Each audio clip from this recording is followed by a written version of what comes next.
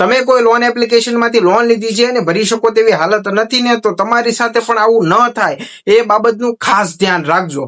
હવે થયું એવું કે મારા એક ફોલોવર્સ મિત્ર એ મને મેસેજ કર્યો કે ભાઈ મારે છે ને એક લોન એપ્લિકેશનમાંથી લોન લીધી હતી અને હું કોઈ કારણોસર ભરી ન શક્યો. હવે મારી ઉપર લીગલ કેસ થયો છે, એ પણ કોલકાતાથી.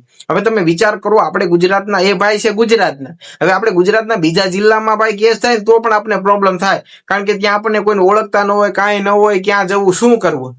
તો આ વસ્તુ થઈ છે કોલકાતા. હવે આ વસ્તુ તમે વિચાર કરો ભાઈ, તમે ત્યાં જવાનું, શું કરવું, કેવું થાય, હવે એ વસ્તુ ખબર જ નથી. એટલે છે ને આ બાબતનું ખાસ ધ્યાન રાખજો. એવું નથી કહેતો કે ભાઈ તમે કોઈ પણ લોન એપ્લિકેશનમાં લોન લીધી છે બધાય સાથે આવું જ થાય.